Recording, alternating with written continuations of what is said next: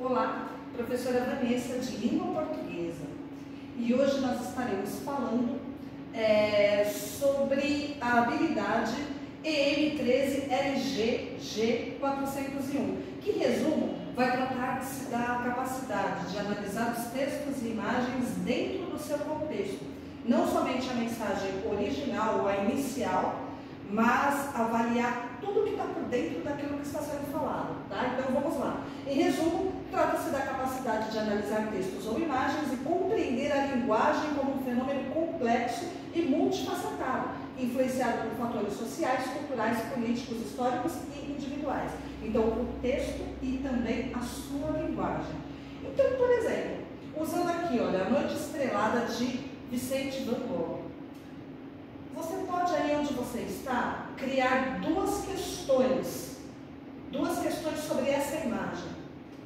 Se você parar e refletir, você vai conseguir buscar imagens reflexivas que vão estimular a interpretação crítica da imagem, mas você também vai poder trabalhar o contexto social dela, tudo que vem por trás dela, né? Então, é exatamente essa habilidade que nós estaremos trabalhando. Vamos lá, contexto histórico e social. O que é o contexto histórico de uma imagem ou de um texto? É tudo o que acontece no momento em que aquele texto está sendo escrito.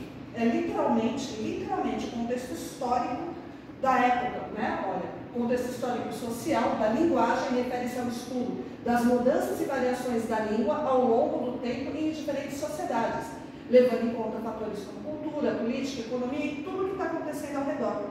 Tudo o que acontece no momento, na época em que um texto ou uma imagem está sendo escrita, vai influenciar aquele texto, tá? Com as próprias variações linguísticas e mudanças da língua, porque a língua é um fator vivo, exatamente porque ela vai sofrendo essas mudanças ao longo do tempo. Próximo slide. Variabilidade e olha, uma palavra difícil agora, vamos lá, trava-língua.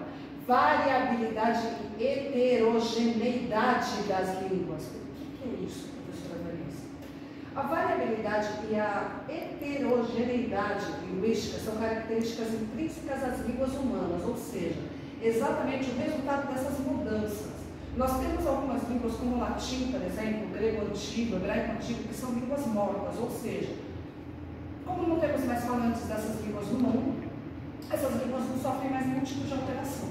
Já sofreram tudo que tinha que sofrer. O latim, por exemplo, já se transformou no português, no espanhol, no italiano, no francês, né? E através dessa mudança, essas novas línguas que são vistas como línguas vivas, essas sim vão sofrendo alterações pelos fatores geográficos, ou seja, cada localidade, cada região vai interpretar e vai falar essa língua de uma forma, histórico, com o passar dos séculos, das décadas, do tempo, essa língua vai sofrendo as suas mudanças, culturais, cada grupo minoritário, cada grupo cultural vai utilizar suas gírias, seus pontos, né, as suas falas, de forma que vão fazendo as alterações nesse próprio idioma. Então, isso a gente também tem que estar focando e a gente também tem que estar observando nessa transformação e na escrita dos textos. Continuando. Análise crítica dos textos.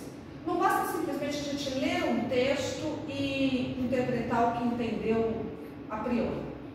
A gente tem que ler esse texto e avaliar quem foi o autor, qual a intenção desse autor, qual o contexto histórico onde ele foi escrito, para quem ele foi escrito e tudo mais. Tudo isso vai fazer diferença neste texto.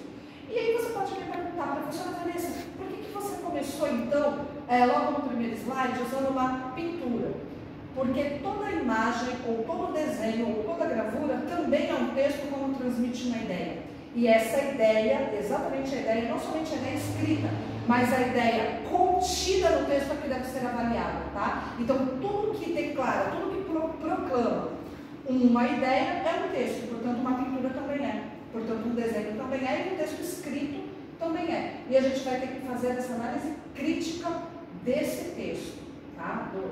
Da ideia que o autor quis passar. Então, uma análise crítica de um texto envolve examinar, avaliar e interpretar o conteúdo, considerando pontos fortes e fracos, além de questionar os argumentos e a coerência do texto. Tá? E aí, continuando, a importância da reflexão sobre a linguagem. A reflexão sobre a linguagem é crucial para a compreensão da sua natureza, ou seja, que tipo de linguagem está sendo utilizada? Que tipo de linguagem que o autor está utilizando para chegar até a mentalidade daquele que está lendo? Isso tudo é crucial, porque daí a gente vai interpretar também quais são os indivíduos que estão recebendo aquilo.